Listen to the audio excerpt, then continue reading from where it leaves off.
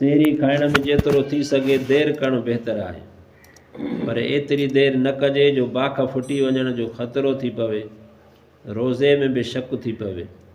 असुर जो जेकॾहिं जाग न थिए ऐं सेहरी खाई न सघियो हुजे त बि रोज़ो रखणु घुरिजे, छो त रमज़ान शरीफ़ जो रोज़ो बग़ैर शरई उज़र जे हरू भरू गुसाइणु सख़्तु गुनाह आहे।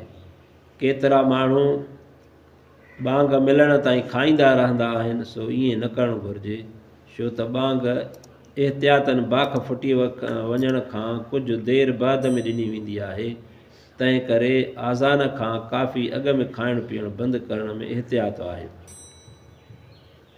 जेकॾहिं कंहिं माण्हूअ खे देरि सां जाग थिए ऐं सम्झाई त अञा राति बाक़ी आहे ऐं उन ई गुमान में खाधाई पीताई या सोहबत कयाई, पोइ मालूम थियसि त सुबुह थी चुको आहे, त उन ई सूरत में रोज़ो न थींदो ऐं सॼो ॾींहुं रोज़ाइतनि वांगुरु बि रहणु लाज़िम आहे ऐं मथसि क़ज़ा वाजिबु थींदी।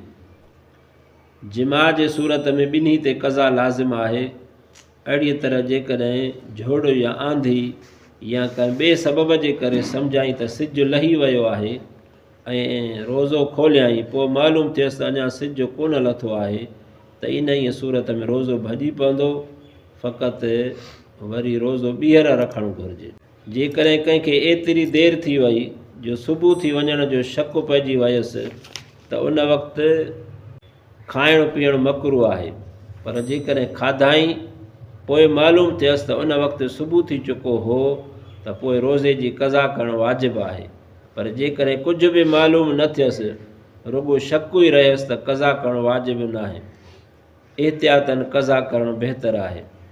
अहिड़ीअ तरह इफ़्तार करण में ताजील करणु बहितरु आहे, यानी मग़रिब थी वञण खां पोइ जल्दी रोज़ो खोलण में ज़्यादा सवाबु आहे। के माण्हू आज़ान पूरी थियण जो इंतज़ारु कंदा आहिनि, सो ईअं न करणु घुरिजे, बल्कि रोज़ो खोलणु घुरिजे।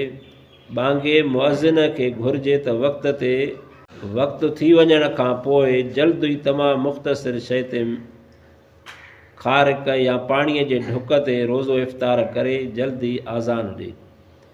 ॿुधंदड़नि मां जेकॾहिं को बांगे जो जवाबु ॾे त उनखे बि घुरिजे त जल्दी मुख़्तसिर शइ ते इफ़्तार करे पोइ बांगे खे जवाबु ॾे।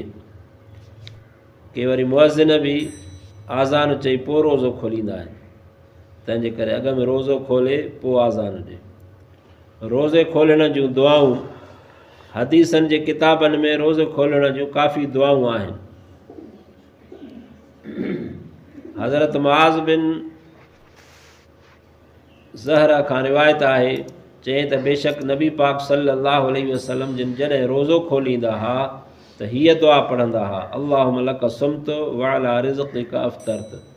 ए अल्लाह साईं, तुंहिंजे रज़ा ख़ातिर रोज़ो रखियो हुयुमि ऐं हाणे तुंहिंजे रिज़्क़ सां उनखे खोलियां थो।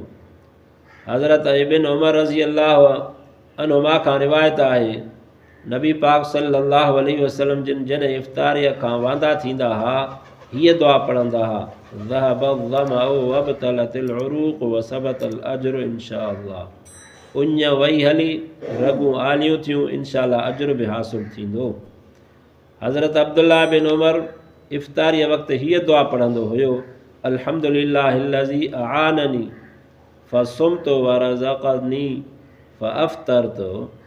सभु तारीफ़ूं आहिनि उन अल्लाह पाक जूं जंहिं मूंखे सघ ॾिनी जो रोज़ो रखियमि ऐं मूंखे रिज़्क़ ॾिनाई जो उन ते इफ़्तार करियां थो।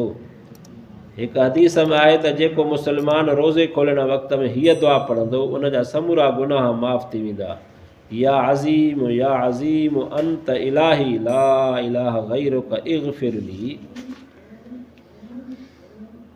अज़्ज़म्बल अल अज़ीम फ़इन्नहु ला यग़फिरु ज़म्ब अल अज़ीम इल्लल अज़ीम।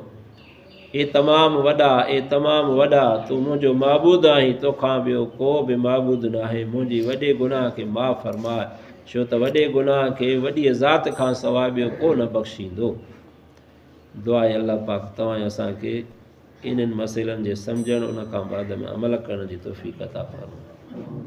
घणी देरि करणु इहो वरी शीयनि सां मुशाबियत थींदी। शिया इलाही 10-15 मिंट पोइ रोज़ो खोलींदा आहिनि, इन जे करे बस आज़ान थे ॿिया रोज़ो खोलियो आज़ान वारो अॻ में रोज़ो खोले पोइ आज़ान थे रब्बना आतिना फिद दुनिया हसनतन व फिल आखिरति हसनतन व क़िना अज़ाबन्नार। या अल्लाह असांजी ॿिन्ही जहाननि में भलाई चङाई नसीब करणु फरमा सगीरा कबीरा गुनाह माफ़ करणु फरमा रोज़नि खे क़बूल करणु फरमा सगीरा कबीरा गुनाह माफ़ अल्लाहुम्मा